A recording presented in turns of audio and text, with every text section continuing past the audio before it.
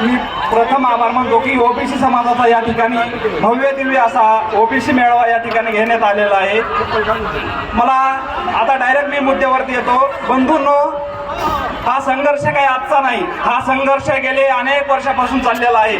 पण अनेक वर्षापासून चाललेल्या संघर्षामध्ये सातत्याने या ओबीसी आरक्षणासंदर्भात आवाज उठवणारे माननीय श्री भुजबळ साहेब, स्वर्गीय कैलासवासी गोपीनाथ मुंडे साहेब, त्यानंतर पंकजाताई मुंडे, धनंजय मुंडे साहेब आणि त्यानंतर आज प्राध्यापक हाके साहेब, नवनाथ वाघमारे साहेब या ठिकाणी या ओबीसी समाजाला योग्य दिशेने आणि योग्य मार्गदर्शनाखाली आपला ओबीसी समाजाचा मेळावा या ठिकाणी चाललेला आहे।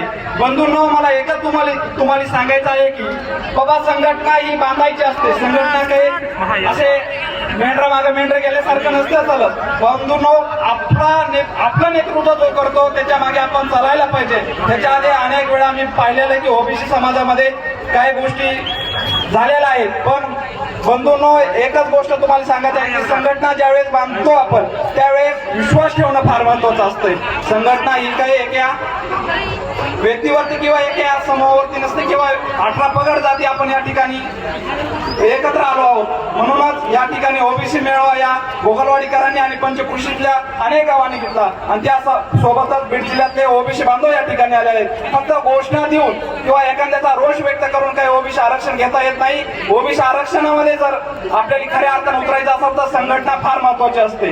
बंधूंनो, आणि अनेक गोष्टी आहेत आपल्या उपस्थित सांगण्यासाठी आणि वकील साहेबांनी सुद्धा सांगितलं की जीआरचा आपल्याला कसा तोटा होतो। जीआर हा का काढला तर जीआर हा झुंडशाही आणि या सरकारवरती दबाव आणून हा जीआर काढलेला आहे। त्या जीआरचा मी पहिल्यांदा निषेध करतो ओबीसी बांधव म्हणून। पण कुठंतरी आपण या गोष्टीचं गांभीर्य घेऊन आज कुठंतरी 2 दिवस झालं मी पाहतो टीव्हीवरती, मीडियावरती पाहतो की बाबा हा समाज कुठंतरी आज 2 दिवसाखाली एकत्र होतो। पण याच्या आधी समाजाला जाग नाही, कारण 350 जाती या समाजामध्ये विभागलेले एक आहेत।